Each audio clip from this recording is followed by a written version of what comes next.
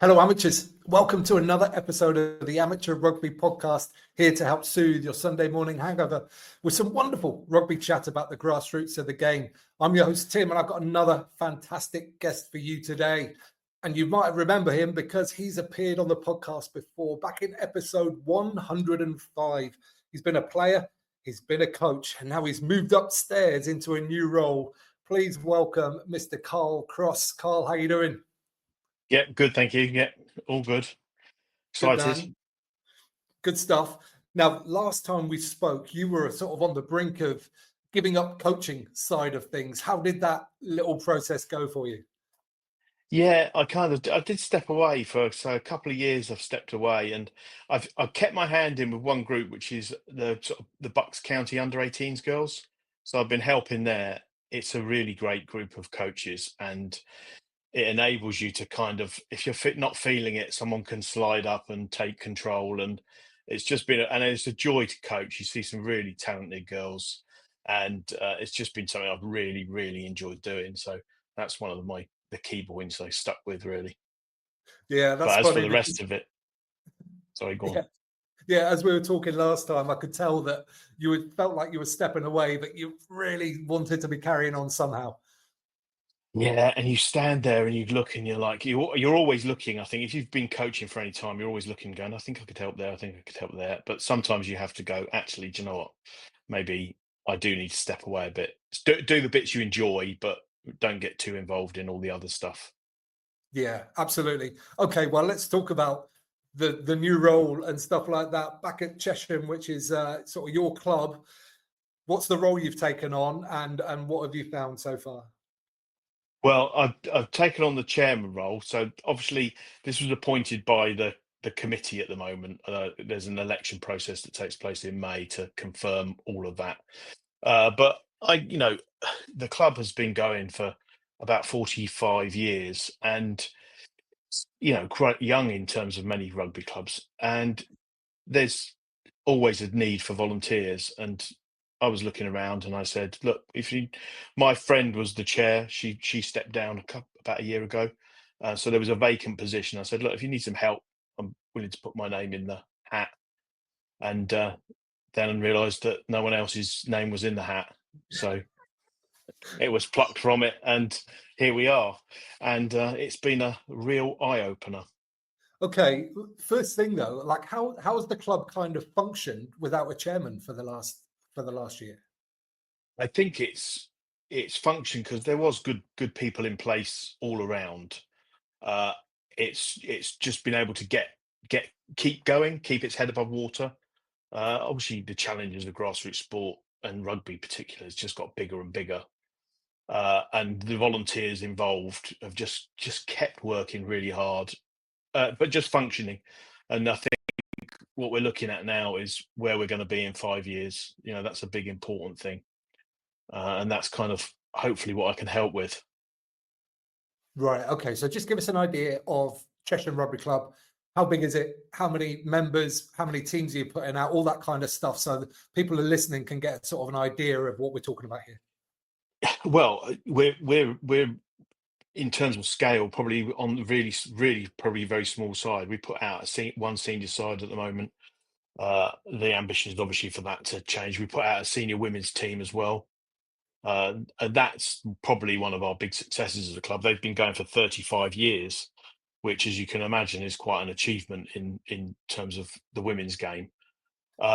We have minis and juniors through all ages, but just the scale. The thing that's really shocked me coming into this chairmanship role, I've always been involved as a coach. You're coaching a team, but just the scale of even a small rugby club like ours to function day to day, the amount of people involved in that, the amount of volunteer hours that go into it, it's just off the scale. I really wasn't prepared for it, and I probably should have been, but it is just phenomenal.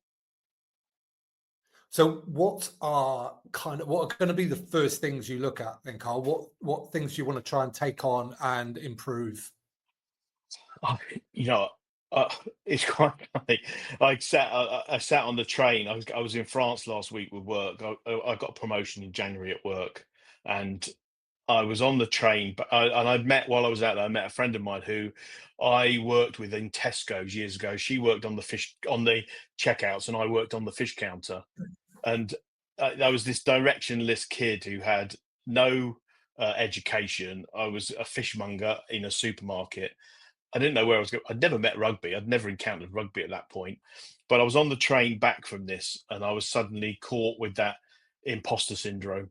Sitting there going, I've got a job now where people think I'm important, or I've been given important roles and things to do. I've just become the chairman of a rugby club. I was just like, I'm out of my depth in every aspect of my life at the moment, and I don't know how I'm going to do it. And then I took a breath and I spoke to a couple of people who said, "It's okay, you'll be fine." And we talked about then just what we want to be, and I think for amateur rugby clubs like ours, we have to reset ourselves back to what brought us joy when we started. I think we are surrounded by very big rugby clubs, and we tried in the past, I think, to be like the big rugby clubs. And actually, what we need to embrace is what makes us Chesham Rugby Club, which is a friendly, warm place to come where you feel welcome and it's inclusive and it's part of something that's bigger than us. Yeah, so that's a really good point, because I think potentially a lot of clubs are going through that sort of transition at the moment. It feels like that anyway. It's not that relevant really, but what league status are you at? What league do you play in? We're level 8 at the moment, clinging on to level 8, I would say. Okay, so that's Uh, a very sort of decent standard where people will be taking it quite seriously, I'm sure. yeah, and that's the challenge for us. I mean, we probably could have done with, we could do with to help us to find our fun again. Just maybe one league down would help us to recover that. But I always felt that the level 8 was the right level for us. I've always felt that was, we went into level 7 about 3 years ago, I think. No, probably more longer than that now. And it was just what happens at rugby clubs, they get promoted at the point they usually peak because the age is right, the people are right, and then you tip over into that point where young lads start having relationships, families, and that starts to take over your senior sides, and then there's a change in demographic. And that came obviously with COVID as well, and all of those bits. So that season we were in level 7, we hit COVID at the end of it, and we shocked a few teams, which was the good thing. There was a couple of moments in that league when we held some really established rugby clubs to challenge. But what the difference between level 8 and level 7 was, teams were a lot better at discovering what you do and working a way around it. Yeah. We were bulldozing teams in level 8. In level 7, we were bulldozing for the first half, then they'd just move it away from us. Tactically astute. Yes. Okay, so in terms of bringing the fun back, what does that mean to you, and how do you see that? What does that mean to the players, all the members? How do you see that coming forward? I think it's a really interesting question because we've got to get buy-in from everybody. Everybody's got to be on board with it. And I was thinking back to what was it that brought me to Cheshire Rugby Club? Well, I turned up, as I've told you before.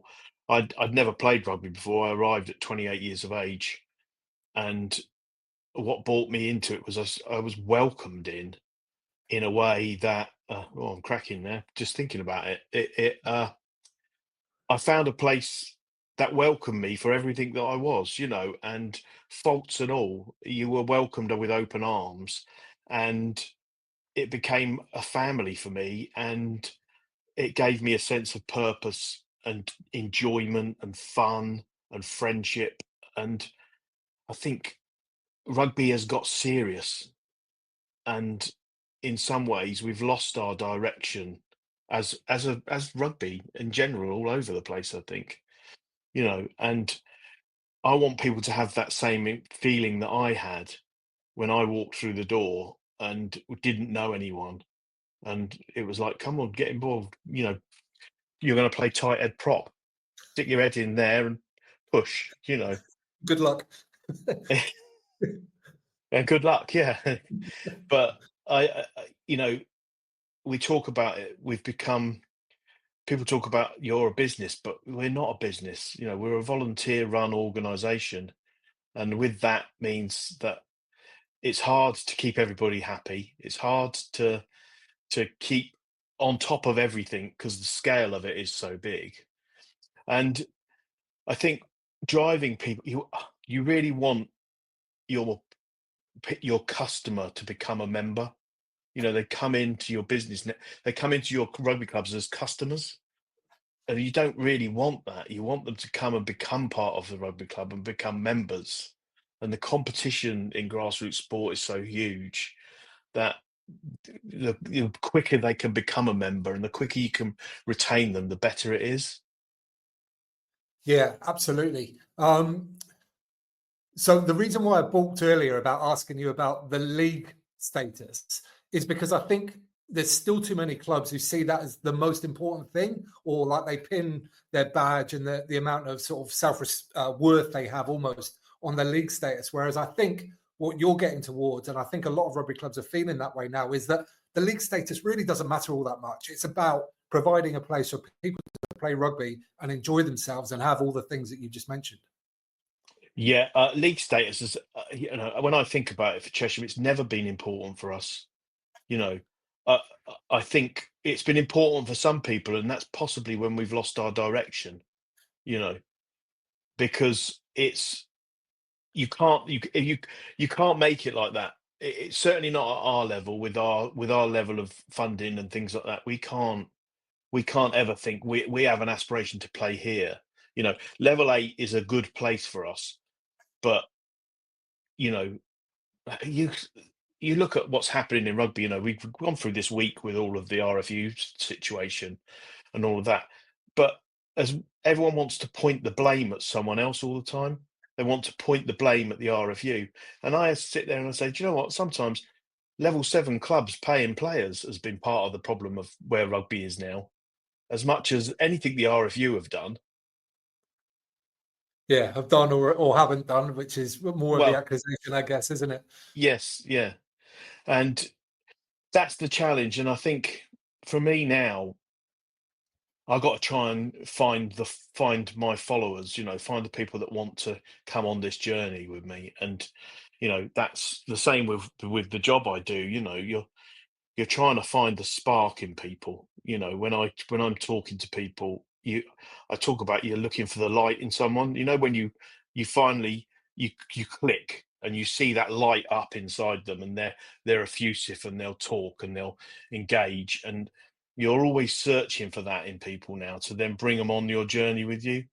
And I'm really lucky that my work and rugby experience kind of are at a crossover point in a way. They're very similar challenges and very similar sort of setups. I mean, I'm a UK operations manager for a company, and now I'm this chairman, and I'm using the same skills in both areas in trying to look at how we do things, how we run our club, and it's and get people engaged and enthused. Yeah. So let's talk about some of those people, because you mentioned the amount of volunteers it takes to run a rugby club. And I think everybody that's been involved in a grassroots rugby club at any level sort of does understand that. But let's go through some of the people, some of the roles that people are doing for you, and how you keep them engaged, how you keep them wanting to volunteer, how you keep them coming back, and potentially finding more people as well, because there's never enough, is there? No, and I look at, like, I've been in this role, what, 3 or 4 weeks, and as you said earlier, I've gone grey, greyer. It's and I've got people that have been involved now I mean, they've been involved, some of them since the beginning of the rugby club, and they're still there. People like Dick King and Maury Hogg. They're working so hard to keep us going, and it's the volunteer. I always talk about the challenge for us as volunteers in an organisation like this is you're seen as by some the enemy, and you're seen as by some the friend, and it's a real balance in that, because we've had to make decisions already. It's so hard to make a decision that will keep everybody happy. And you have to very quickly accept that not everyone is going to like what you've done or what you're going to do or what you're going to plan. But I always talk about uh, those that don't do never make mistakes. So it's easy to stand on the sidelines and tell us what's going wrong. And I say this regularly. I said, step up and help us out. Bring your skills. Come to us if you come to us with a problem. What's your solution? What are you going to do to help us? You know, and it's a challenge. And this that I'm blown away by the volunteers. There's people like people like Arminian juniors set up who've had issues with various different things. And people have stepped up and taken control of certain areas, and it just um it's awe inspiring how much work goes into it and how much people do and spend time with, and they're addicted. It becomes part of them, and we want to make sure they don't burn out. That's the key. Yeah, absolutely. And I sort of said everybody understands the amount of volunteers involved in community rugby clubs, but actually, thinking back, you kind of don't when you're a player. Not in my experience, anyway. You just sort of know, oh, everything's done. The post protectors are out, for example, the strings around the pitch, all that kind of stuff. But you don't really ever see it happening, and it's just Even there as a for you. coach, even as a coach, you don't really realise. You turn up sometimes, and I've been spoilt in the past. I turn up, the balls are there, the kit's out, and I just run the session. But you know, all of those, it's those little things as well. I walked in and suddenly was like, someone has to man the kitchen on a Saturday and a Sunday. We have to make sure there's food there. We have to make sure the hot dogs are available for the kids on a Sunday. And that's all just happening, and it's just you know, is there someone behind the bar? There's just a myriad of things that just go on and we take for granted.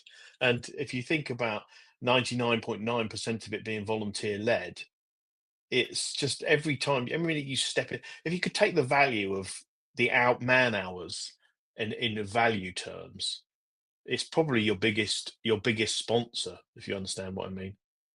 Yeah, definitely. I was just thinking back. I visited Teignmouth Rugby Club, which is down in Devon or Cornwall. I can't remember which one, but it's where the Simmons boys came from that played at Right, yeah. Exeter. And I arrived there during the Great Rugger run, and there's just like a working party of like 5 or 6 retired chaps who just come every single week. I think it was weekly on a Thursday or something like that, and just tidy up bits of the club, just do a bit of painting here and there. And it was just like a nice little social club for them, whilst putting something back into the rugby club that they all played at as well. Do you know what? That's a really good little idea, that, isn't it? Just a sort of a meeting party that turn up and what needs to be done this week and the little bits and pieces.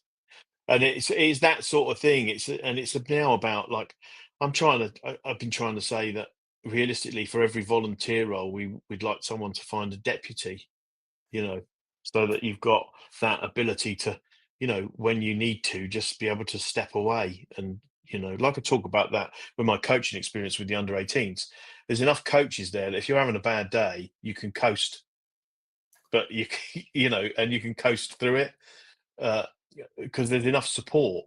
And it's about getting that same feeling in within a rugby club where that yes, you're important, but you it shouldn't make you unwell. The Yeah, stresses absolutely. shouldn't be that severe. Yeah, but I guess actually finding your own deputy, that's also almost a bit of extra work as well, isn't it? I mean, it might pay off Well, in the long run, but yeah, it is. And actually, I think, I talk about finding the light in people, but also it's about going out there, and when you've got a challenge within your rugby club, if you think of all of the parents, all of the players, all of the people, there's someone with a skill set that's suitable to your problem. And for us now, it's about actually going, right, what is our problem, and who is within our organisation that can help us with that? There probably is someone. We just don't tap into it enough.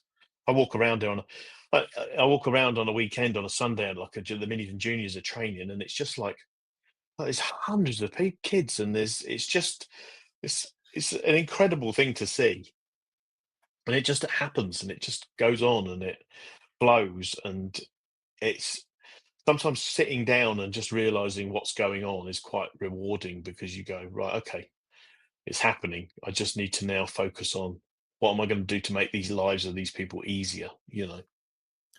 Yeah, it's definitely good for the soul, I think, being around a minis and juniors section at a rugby club on a Sunday morning, that's for sure.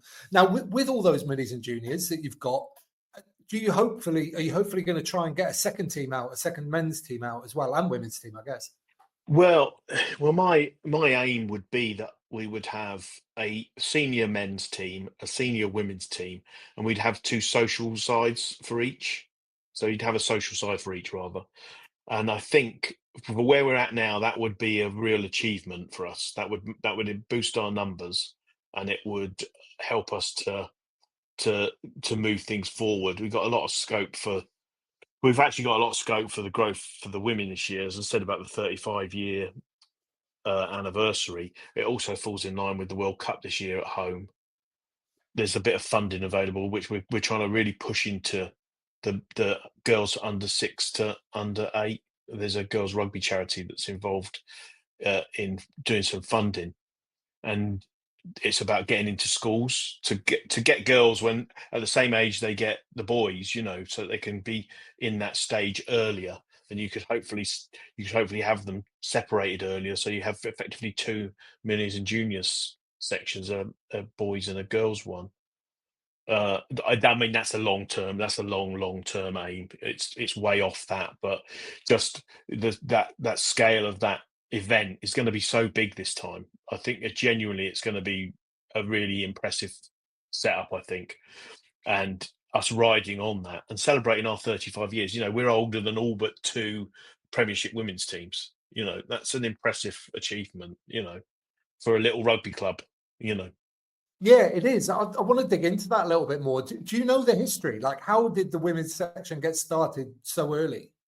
Do you know what? I could probably bluff that, but I would be doing a disservice to the people that did set it up and did start it. And I believe it was players' wives and girlfriends and people like that that just began it. Claire, who was our previous chair, Claire Moore, she was a key part of that setup.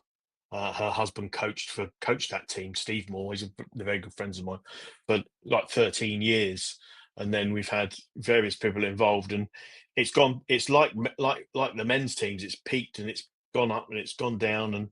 And Steve got an RFUW Coach of the Year award. When we've achieved it. It's probably been our most successful team if you look at it in terms of where it's been, and we've put a team out every year for 35 years, and that's an incredible achievement. I'm really proud of it, because when I came to Chesham, I the women were so integrated into the club, and that's 25 years ago. They were so integrated into the club that to me it was weird when I went to clubs that weren't integrated like that. And there were so many at that time, and a lot of clubs have now embraced the women's game because they realise it's a growth platform for them. I genuinely believe this. Probably clubs like ours will be 50% men and women in the future. It will probably go that way. It will probably become as important a part of our setup as our men's setup. Yeah, absolutely. And why shouldn't it be? If not, Yeah.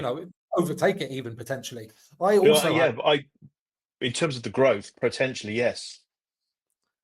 Yeah, I also had a similar experience about because I was at Cheltenham Rugby Club was my first club, and the women's section there is very Yeah. old as well. So I've had that experience as well, being in around a club where the women's section was very much a part of everything, and it was great. It was really good. Yeah, and I think I fully believe that having a women's section improves your club. It improves your reach. It gives you just something a bit more. I think it just adds a bit of just I don't know, I'm waffling a bit now, but it just makes it feel a bit better, just makes it feel more open and more, the old you remember I was going to rugby clubs 25 years ago, and it was like, you didn't even see a woman in the bar afterwards. It was men with their trousers down drinking pints. Still see that, I'm sure. Well, um, I want to go back into this thing you said about consumers rather than members, and I take your point, because that's essentially what's happening, isn't it? People are sort of bringing their kids along as an activity or something to do, and they're sort of paying for that service initially. How do you see that changing, or how do you get them to become members, parts of the club, sooner rather than later, essentially? I think it's a really challenging thing, and as I said, for us, we're this little island surrounded by giant rugby clubs. You know, Amersham, Chiltern, Beaconsfield, High Wycombe, clubs like that. You know, we we they can offer a lot more to people. Do you know what I mean? They can offer, you know, that you get your kit and all this sort of thing, and we have to look at embracing people that come through our door and making them feel as valued as possible as they enter. And what do you do? What's your job? Where do you come from? You know, if they're bringing their kids, you know, oh, have they been at any other rugby clubs? What can we offer you? What are you looking for? And just engaging people as quickly as possible, and realizing they're such a valued resource for us. They could do an hour of something for us, you know.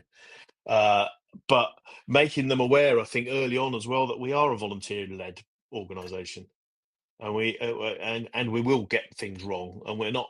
Well, you don't want to say that when people walk through the door. Hi, we're going to get things wrong, but you know, you want to make it something that they're aware of how we run and how we're worked and what our ethos is, and that's a really big thing for me moving forward. Is you can talk about what you are, but you have to live it, and I think that's a challenge for us. You know, we're our motto is Bucks friendliest club, and we've got to live that now. We've got to be that, and how that looks in 5 years is very, very different to how it looks at the moment.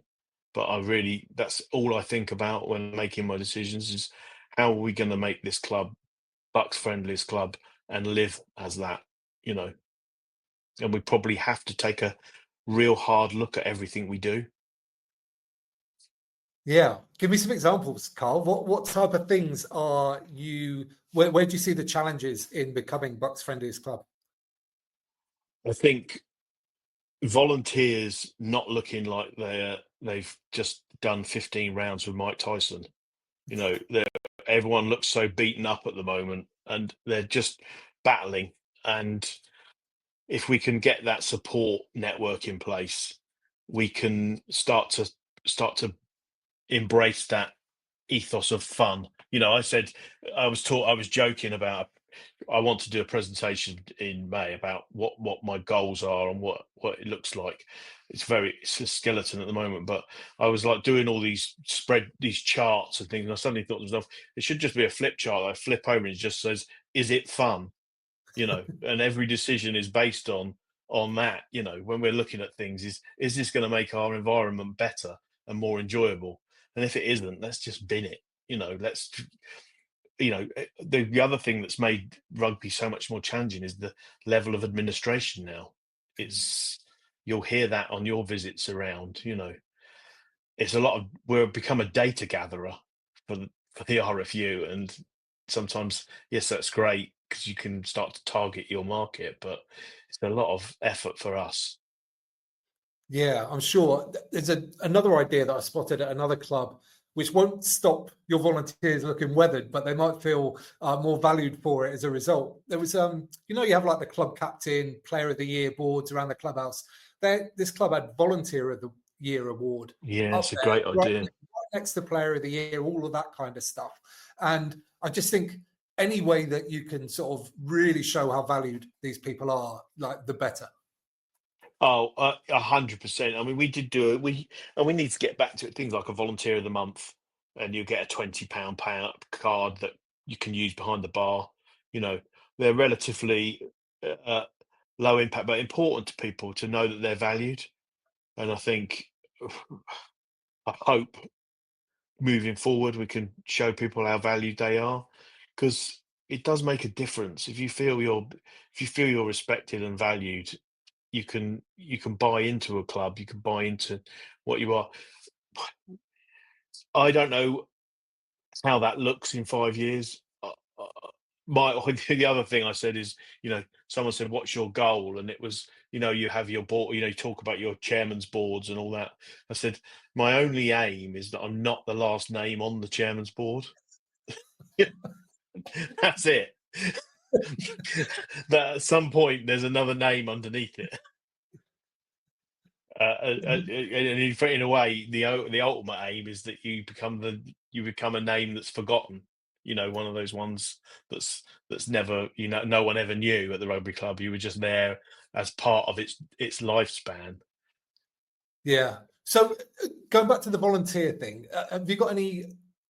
How are you going about finding new volunteers? Have you got a process involved for that? Have you got any sort of thoughts about that? I haven't yet. We're going to start to look at. I'm going to start to look at. It's my main focus really is just to try to now look at how we start to say to people, we start to say to people, look, these are the support areas we need. Do you have any skills in that? The more people we can get involved, the easier it becomes for everybody. And I talked about, if you walk around a rugby club, you know who the volunteers are. They all look exhausted, and that's the problem of getting more volunteers, because people feel they see volunteers who are all exhausted, and they say, "Oh my God, I'm going to keep well away from that," you know.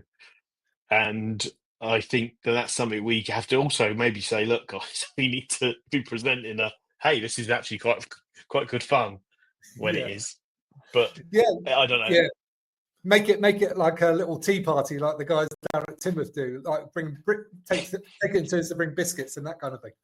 Yeah, and do you know what? That sort of thing does grow because, as you say, you get a group of mate. We reached out to the old boys, because I kind of straddle a few generations, and just have them come up and watch a game on the TV, or watch a game at the rugby club, and then an international or something like that, and just getting that buy-in from people. It's very hard, and I'm looking just to boost the numbers so that we can support each other a bit better. But uh, I'm sounding exhausted by it already myself. But how we do that is the challenge. But it needs to, you just like any challenge, you've got to actually go, right, what do we need? How do we do it? And where are we going to go for it?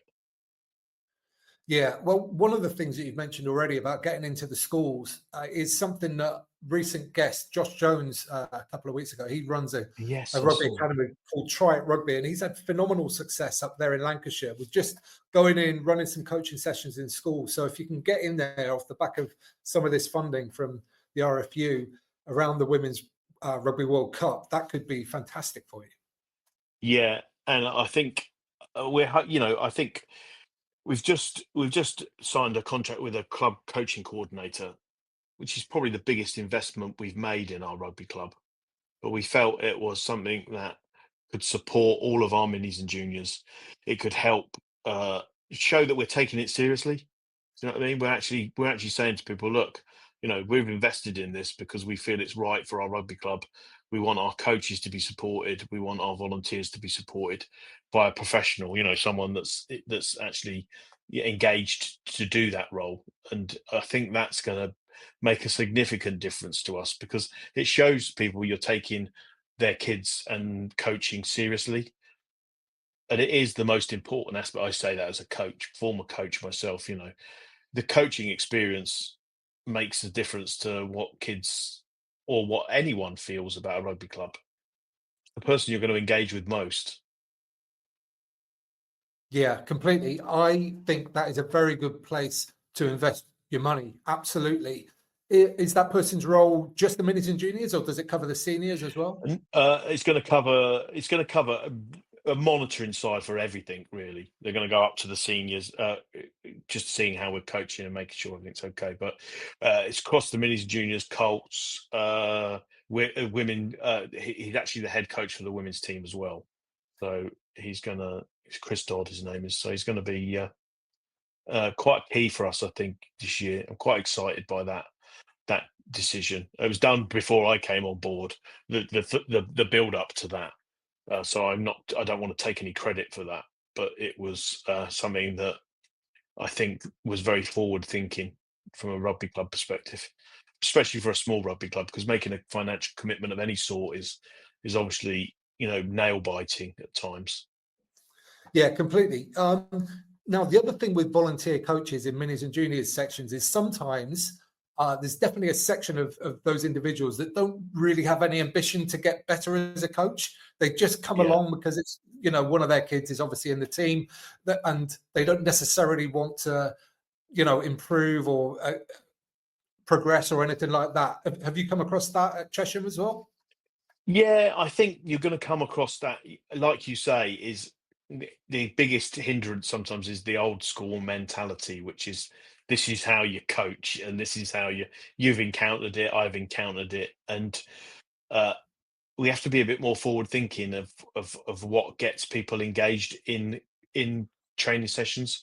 And I sometimes watch training sessions, not just at my own club, but other clubs, and I'm like, I've just 6 kids here that have been stood there for 7 minutes and haven't even done anything yet because there's a queue of people in front of them. And I think we've set sign well, I think we have as a rugby club, and I may be wrong, so I don't want to be talked. Is we would like our coaches to attend 2 CPDs a year of some sort. And I talk about this. One of the things the RFU does very well is its coaching courses.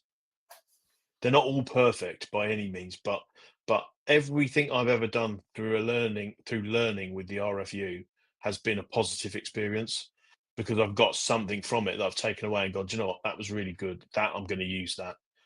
And I think it's a really undervalued resource, and the more you can get people invested in that, the better. Yeah, I'm going to back you up on that. I would agree. Everything that I've done through RFQ courses has been excellent as well. So I guess this coaching coordinator, he's going to have to really analyze all of these sort of individuals and how, whether they do want to go and do coaching courses, and if not, how best that he can sort of slowly, just gently improve them, maybe without them even noticing. Yes, and that is the challenge, isn't it? And it's a bit like the player that you coach that will never get better, but you want to just keep. You don't want to put them off because they're usually always the one that turns up every week, and they're always the one that's available every week. And sometimes, and I've said this in the past, as much as you'll hear criticism of them, at some point in that season, you're going to need them to make your 15 up. You know, Yeah, completely. Now, I think it was about 2 years ago when we last spoke, and we spoke about that's how the right. women's game was absolutely sort of thriving and going from strength to strength, and that seems to have just continued on and skyrocketed now. And I know you're very much involved with the women's game, so just tell me, sort of from your experience, just what you're seeing. I just think that this World Cup is going to be something quite remarkable. I think in the UK, I'm actually genuinely excited about it. It's yeah, I look at the players as well, the standard players now. So when you look at how rugby started, sorry, women's game, you used to get the women used to come in a lot later because there wasn't the encounter. Now you're getting women coming into the game that have been playing the same length of time as boys, and that skill set is improving. So with the under 18s, which we've been doing for about 3 years now, I suppose, for Bucks, every year that set gets better and better and better. And now you're seeing girls come in who there's a couple in the current under 18s. I'm like, if they don't play Prem, I would be very surprised. They're that good. And you look at the standard players. I talk about who's the prop, Maud Muir, the England prop. This woman, if you were talking about a tight head prop in the game, I would say she's the best tight head prop in the world at the moment. She is tackles everything. Her work rate is astonishing. She locks down a scrum brilliantly. It just if I'm a tight head prop, so I get a bit, I'm a bit enthused by that. But I genuinely go, if I was saying to someone who's the best tight head in the world, I would say Maud Muir. And behind her is Sarah Byrne, who is another phenomenal talent who does even more. These are world class players. And it's just, and you're looking through that setup now, and if you're looking at aspiration and inspiration and look at their engagement with fans, it's it's a real art that they've developed, and I think it's going to be incredibly powerful. I wish them well. I mean, the trouble is with World Cups is one game. You can go. It can. It's a lot of pressure to put on people. Do you know what I mean? It's a lot of pressure to put on people, and I think I looked at the stats the other day. I think England have played something like 60 games in since 2017. They've only lost two, and that's World Cup finals. And that's, you know, Brutal. you could it's brutal, utterly brutal. And I really feel for them, because that pressure, I think, is going to be quite enormous, and it's how they manage that that's going to be the key to this World Cup, I think. Yeah, completely. I think it'd almost be good if they lost the game in the Six Nations Yeah, sometime before the World Cup to just y- get yeah, shed that, get rid of that a little bit, maybe. yeah. I think you're right. It- it's just so hard, and they remind me very much of that New Zealand side Pro 211. You know, they literally the best team in the world until that stage when, as we know, once you get into a knockout, a t- and you're the favourite in every knockout, a team coming in up against you has nothing to lose. That nothing to lose mentality makes a big difference to how people play.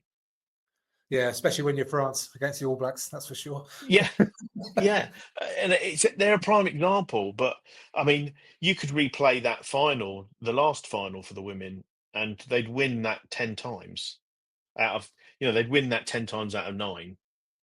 Sorry, 9 times out of 10. I'll get there in the end. Did you know what I Yeah, mean? And but they are a phenomenal bunch of athletes, and the England women could put out three teams at the moment, I think, and they'd all probably challenge every team. yeah, and they're much better on TikTok than the England men's team as well. Yeah, and I think that's kind of, in a way, what what makes it so much fun. And then you go to one of the games, and you go to a men's game at Twickenham. You're standing up every 30 minutes while someone goes to the toilet. No one cares about the game really. It's all I feel ripped off every time I go there. But I go to a women's game. It's fun. It's energized. The crowd is far more diverse. They're far more open and enjoying the actual event. Uh, and the rugby matters. And yeah, it's a real bit. I've been lucky to see England win a World Cup in France, and I've been lucky to be to quite a few finals that they've been in. But I've always I've got a really huge fan of it, because I've seen so much of how hard they work as amateurs, as well as they when they were amateurs. Yeah, going It's going back to be to it's going to be a great World Cup. Sorry. yeah, I'm sure it will. Just thinking about the engagement thing there as well. And somebody you mentioned, Sarah Byrne, I think it was just this last week. There's a brilliant video of her doing like a Yeah, dance in front of the crowd, and the whole yeah, crowd's doing the dance behind her as well. It looked just yeah. so much. Yeah, they're so engaged, and they're so. And I sit there. I remember I went to the. I think it was Leicester. It was Emily Scarrett's 100th cap game at Leicester, and I kind of felt a bit sorry for them, because they were so in demand that actually just getting a chance to celebrate your 100th cap and spend some time with your family, there was people going, over here, over here, over here, and it's like, actually just let them breathe a bit. Let them spend some time. And I think that's the challenge, is managing that now, the expectation, because you know what people are like, they're very fickle. The moment someone doesn't sign something, it'll be this, oh, they didn't sign my autograph or my shirt, or and they it's a difficult balancing that, because it's so big now. I remember going when there was like three men and their dog on the sidelines. I went to Isha, and there was probably 400 people there when they played a series against the All Blacks, and there was no one there. Now they're half selling out Twickenham. It's amazing. Yeah, it is absolutely. Okay, Carl, we'll bring this to a close. Is there any kind of parting thought or thing you want to say about the chairmanship? I guess is the key thing here. Value your volunteers, look after them, try to support them, and you're never going to get it all right. Yeah, 100%. Okay, good final message. I like that. Okay, if people want to get hold of you to pick your brain about anything that we've spoken about here, or maybe even volunteer as a member at your club, what That be would the be best way for them incredible. to do that? Actually, yeah, volunteers and sponsors welcome.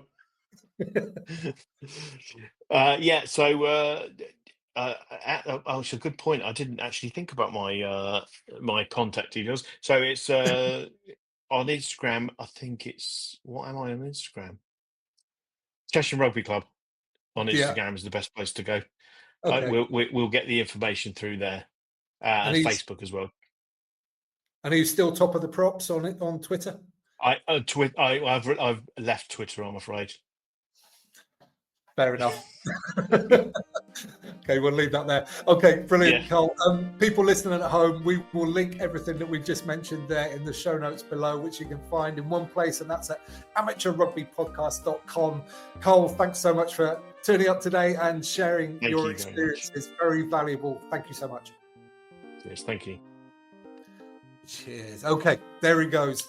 Yeah, it's a familiar story, isn't it? I think anybody that's been involved in organising grassroots rugby clubs will sort of understand all of the things that Carl's talking about there. So yeah, look after your volunteers and just try and figure out ways where you can make them feel absolutely valued. Okay, if you've enjoyed this podcast, you can do all the social media stuff.